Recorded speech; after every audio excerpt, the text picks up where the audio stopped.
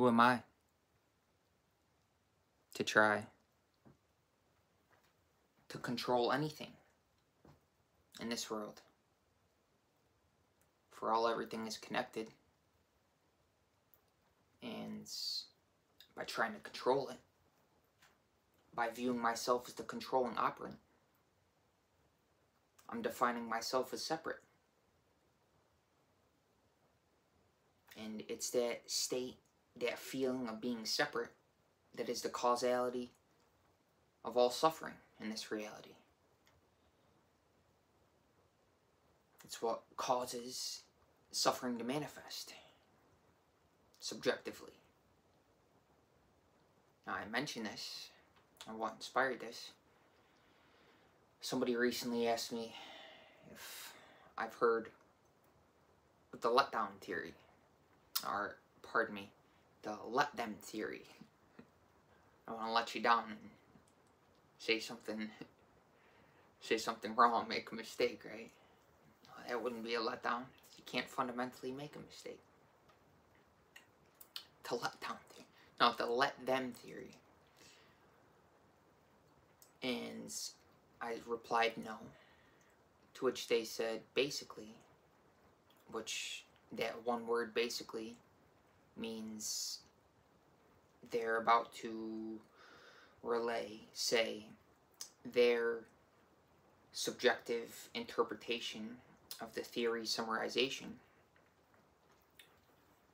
So they said basically, followed by the word I. So basically they're making it about them, right? Right off the bat.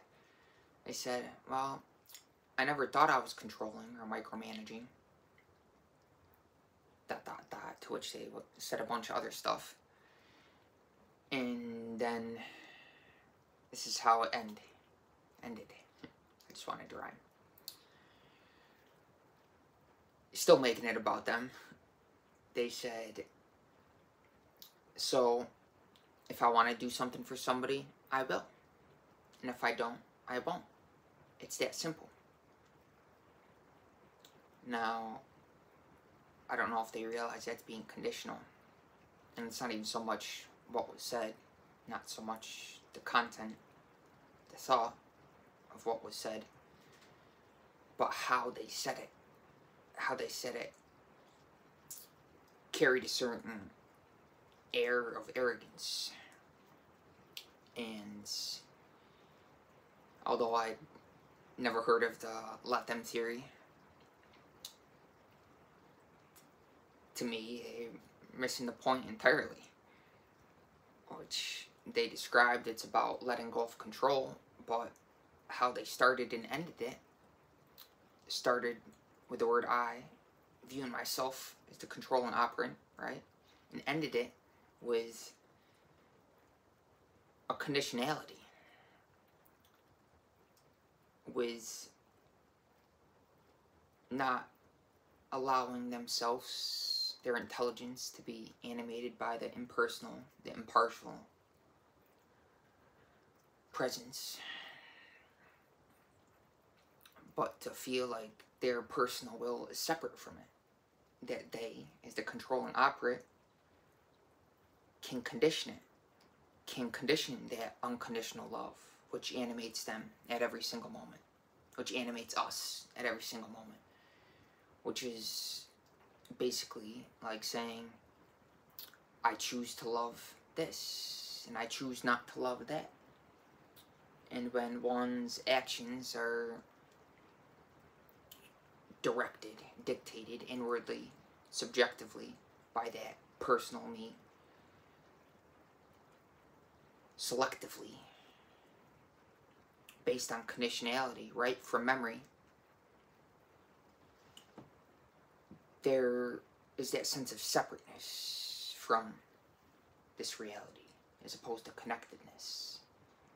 There's a sense of that meanness that still wants to control this one's actions, when in reality there is no cause of anything.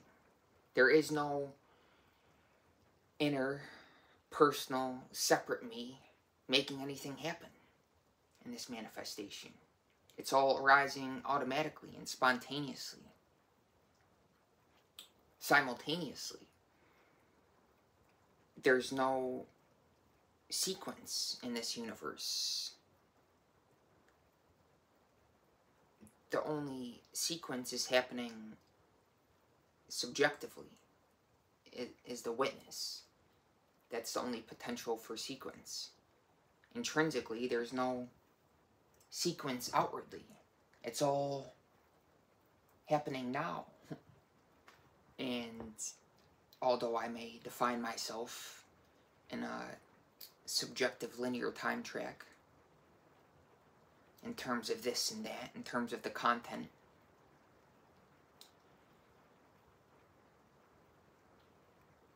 the world is animated by a presence that is continuously happening now. And so long as I want to control that which I perceive as being outside of me, there's gonna be that feeling of separateness. And with that feeling is always that controllingness, that wantingness to control that which is perceived as being in sequence and separate from myself, from the presence which animates all of this. And I mention this because upon reflection of their interpretation of the let them theory, I think it's funny, part of me at least, but another part of me sees it seriously, as a serious problem of humanity, collectively, that we see in this reality. That a lot of us define ourselves as limited as a consequence of the past, in terms of this and that, in terms of the content of the world, as opposed to context, as opposed to expanding our awareness in terms of a higher context, where, wow, I'm a part of all this, and thus there's no need to control it, because that which I perceive is being outside of me, or being separate from me, or feeling the need to control, is actually an extension of me, is actually part of me. And therefore, there's no need to try to control it. Because, in reality, the only thing I really can control is my own subjectivity, my own consciousness. That's the basis. That's the basis not only of that feeling of deep, profound connectedness with the presence that animates all of us, but also the cause of the controller, we could say. There's the one controller. There's not a bunch of personal controllers, separate controllers. There's the one controller controlling everything in this reality. And therefore, there's no need to feel like a separate personal me. Like there is a subjective planner, an organizer, and controller. Because if I define myself as such, if I feel as such, then there's going to be identification with analysis. And what that does is it creates a subjective analyzer, an outside analysis. As if there's a difference. And of course, there's a quantitative difference.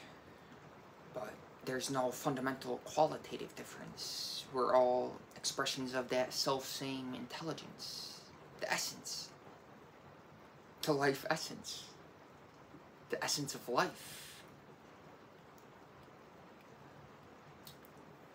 And some of us may embody more of it based on our state of consciousness, and that's why I say there's a qualitative or a quantitative difference, but no qualitative difference, no fundamental intrinsic difference, because that light animates all of our actions, whether we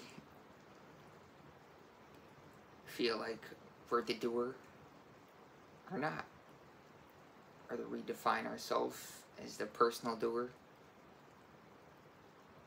or we feel that something is doing us, that wow, every single act, every single moment is animated by profound, spontaneous intelligence, which is not separate from my intelligence. My intelligence is the same as that which is the presence animating all of this.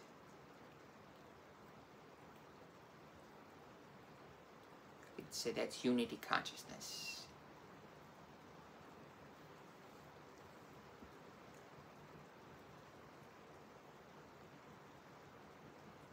Where there's a certain power. Not that we seek it, not that we even want it,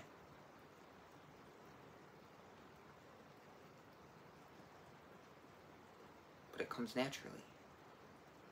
Because we don't want it. Because there's not that desire to control it, to control the world, which is a state of force, as opposed to true power. Because in power, in silence, in that connectedness, that state of oneness,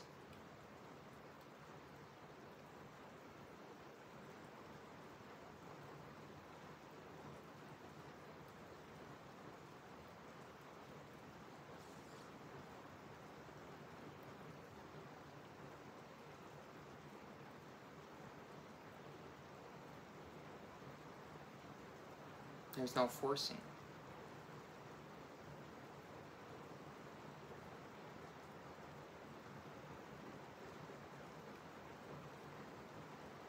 Everything flows, happens by itself, effortlessly.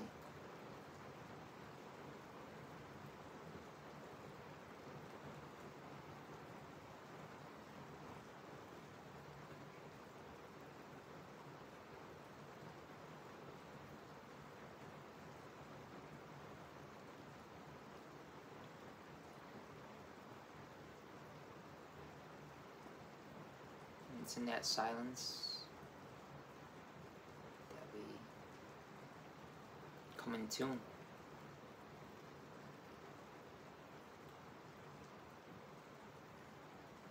That which is always with us. The higher power.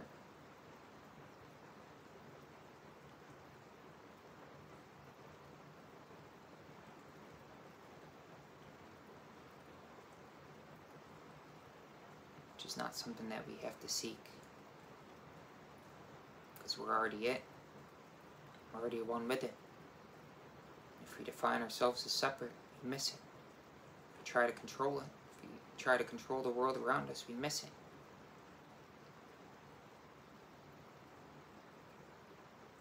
But it's nevertheless always with us, just the same.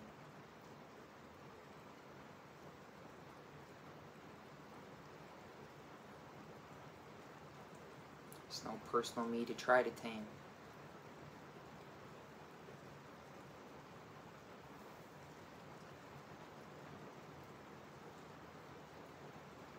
But surrender. Surrender to this higher power.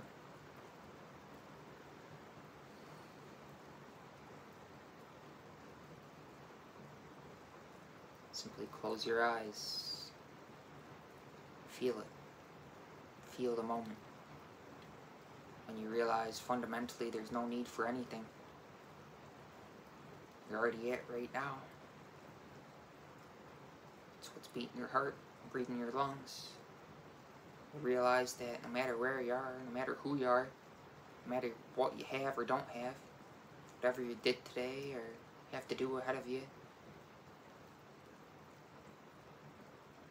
right now you have everything you need. You may not have everything you want, but you have everything you need. Therefore, there's nothing to seek. Because you're it. There's nothing to pursue outside of yourself. When you realize this, you can really simply come in tune with the presence, which is only found in the silence, that space between thoughts, which is found right now. And it's always there. It's always with us. But sometimes you may have to get right back to it, to be reminded. Whether we remind ourselves, hey, slow down. Or something else, like a video reminds us. Or something shows up in the reality, spontaneous as a synchronicity, and reminds us, hey, connect back to the presence. We're getting lost in that state of separateness, that personal meanness. Feeling that there is a personal me to control anything, or to loop back, beginning of the video, to feel like I can do this for somebody, or if I want to do this, I will, and if I don't, I won't. It's that simple. It really stuck with me, how they said it.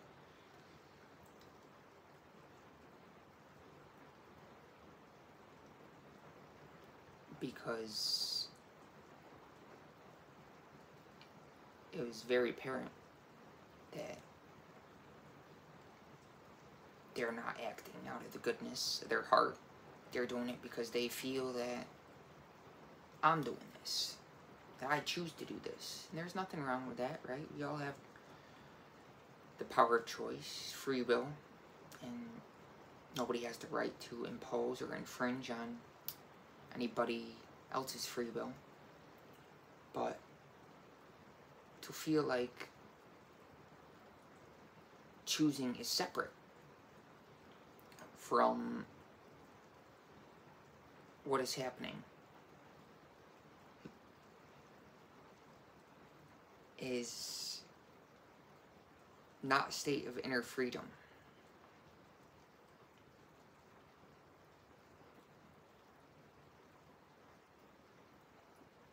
And although I may not be describing this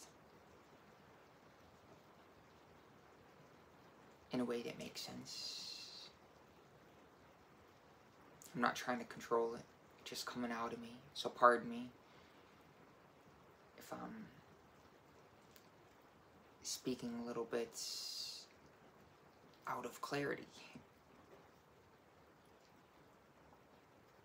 And half the time I'm like that right there, just saying things to rhyme. After all, words are simply sound, right? They're simply emanations of our inner light, sound, manifest in this wonderful creation, this manifestation, which is one vibration. But ultimately, there's something beyond vibratory, manifest, physical universe. It's found when we come in tune with that presence of silence.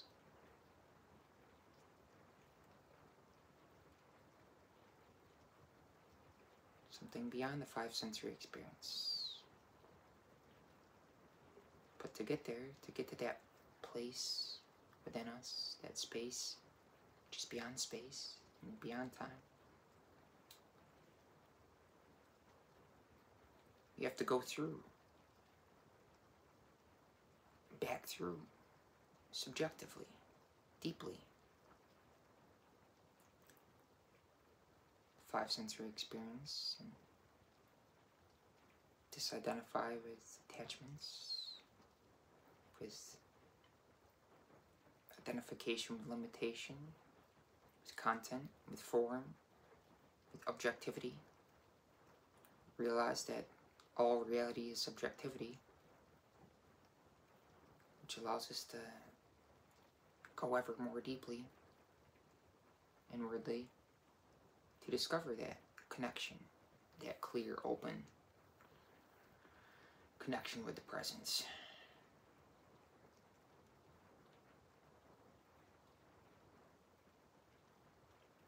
Which is beyond the vibration, beyond the sound of this manifestation, this manifest reality, but simultaneously intrinsic to it, transcendent yet immanent,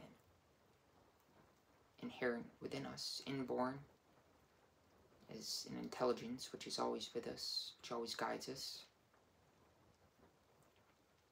yet at the same time beyond it, beyond this body, this mind. Because in terms of consciousness, there's only oneness. In terms of the body and mind, okay, this is me, this is a boundary, that's okay. But in terms of energy, and in terms of consciousness, there's only oneness. There's no separateness. There's no separate me and you. No, fundamentally, everything in this reality, there's only two things. Everything is comprised of two things: energy and consciousness, which only perceives the world, only knows the world beyond perception, beyond mentation, beyond analysis. It only knows the world in terms of oneness.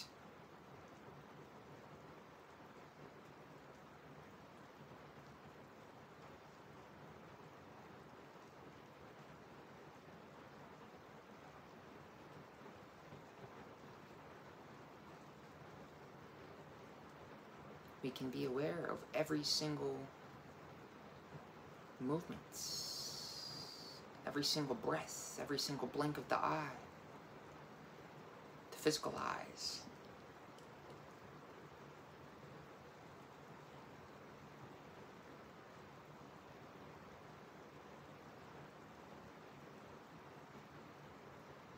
When we bring that conscious awareness to every single moment, every single movement, there's a certain slowness, a certain sense of connectedness, of oneness, of lightness, of light, which is free of darkness, which is free of that state of separateness. We bring that conscious awareness to every single activity.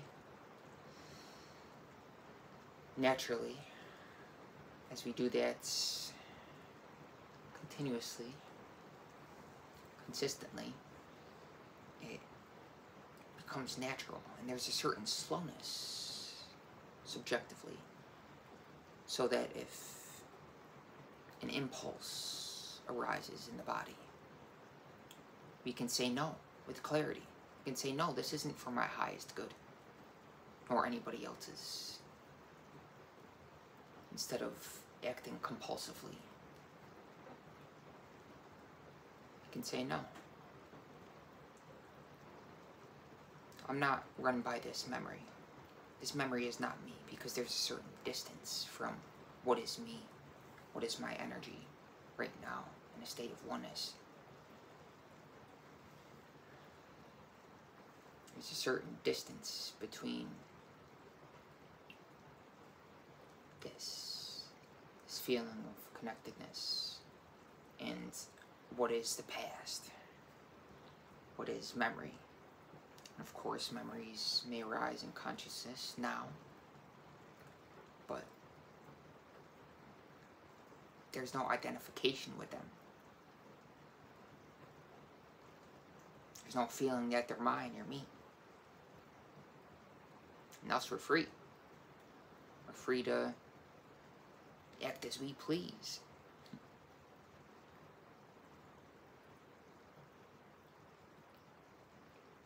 As the presence pleases.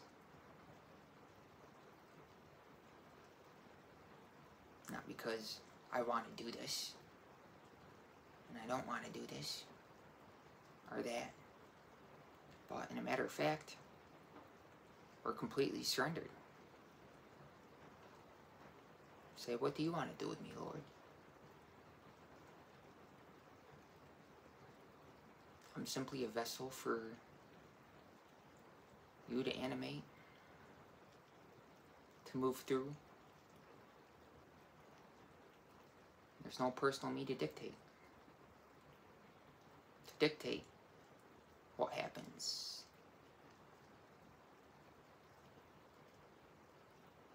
And really, there's a state of inner freedom, which is always with us.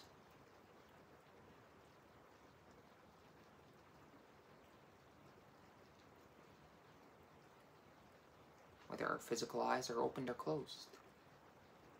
Whether our third eye, the divine eye, is open or closed. The presence is always with us. State of peace is always with us.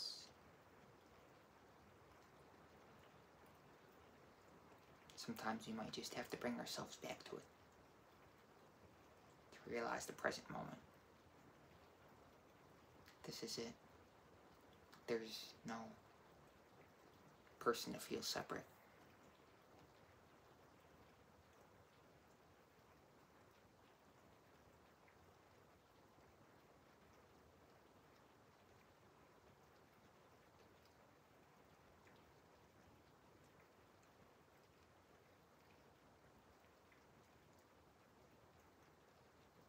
I think that's all.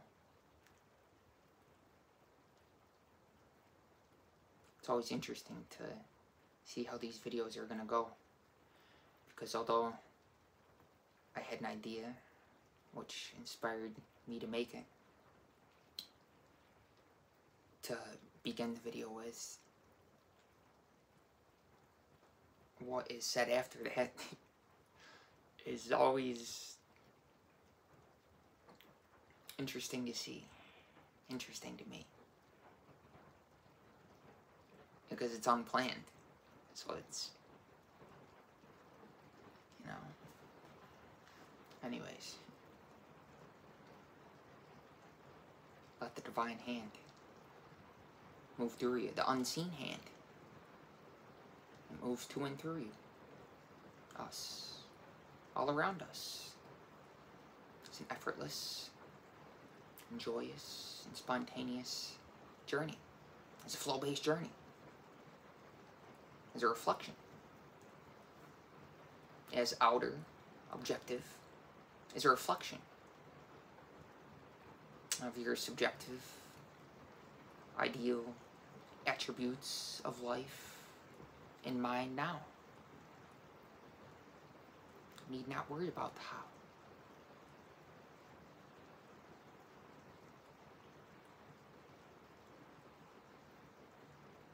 Let go of that paralysis.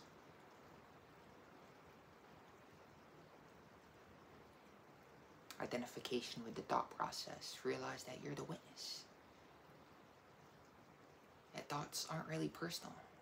That I'm the impersonal witness. Simply observing them. And thus there's that distance. Which, ironically, allows us to control all the much more better in a state of surrender. We can really control, because we're not trying to, because we're in a state of power. Whereas when we're trying to control, we're in a state of force. It's not effortless, right? Anyways, hope some of this has made sense. It's ultimately trying to describe, which is beyond the thought process, beyond verbiage can at times seem difficult, at sometimes more than others. And, you know, sometimes one thing might be said just right and appeal to one person, and then something clicks and spurs them on to further on their journey of subjective self-discovery, whereas another person might need this to be said just in this way, with this set of words in order to make it click. And what is said for this person may not appeal to that person. It may not make sense. So, anyways, hope at least one concept resonated with you today. Or maybe, perhaps it's not even the concepts or the content or the thoughts, but how it is said. Or maybe it's a silence between what is said. Silence between the words, between the sound, between the vibration.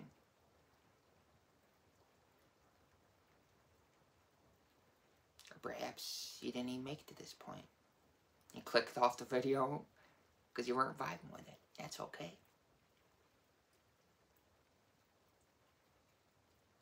If there's one that watches till the end, listens to the end, right, it's enjoying it, or at least finds it funny, or gets some sort of kick out of it, or value from it,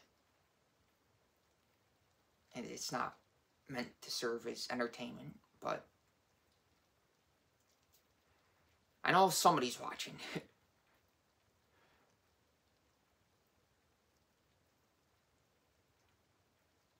And that's for you. This is for you.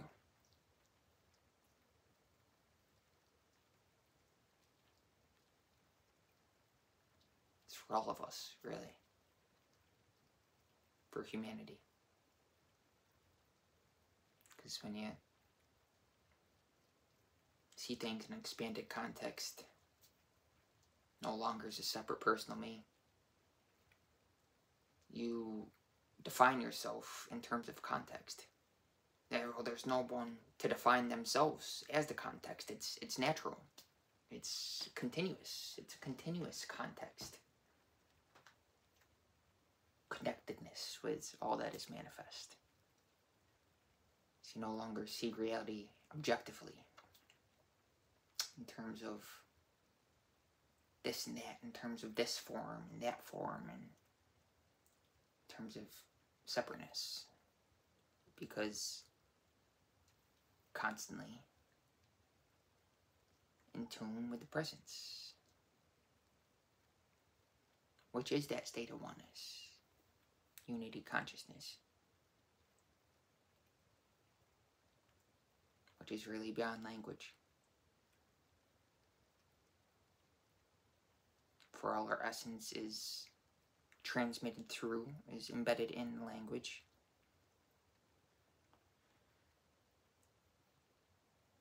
It is simultaneously beyond it.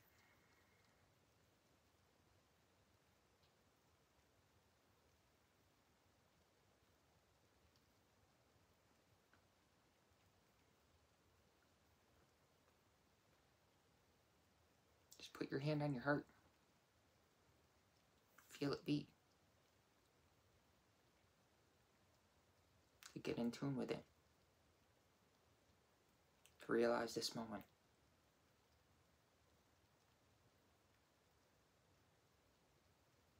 That the universe has no sequence. It's not a consequence of the past and future.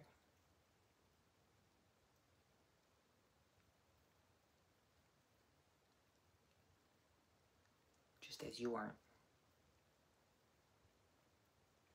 Don't limit yourself like that.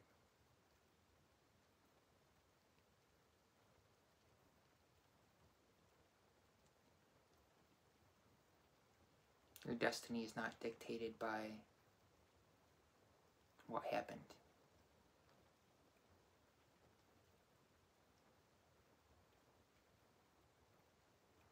It's dictated, determined by your state of presence and consciousness now.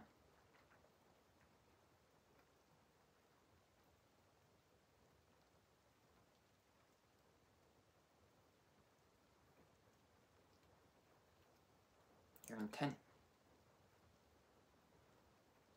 which is not separate from that which is intended. There's no separate intender.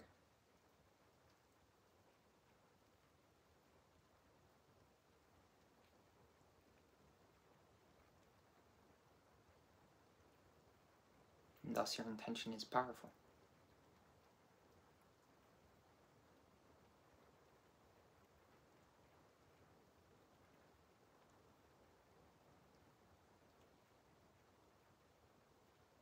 For real. This time.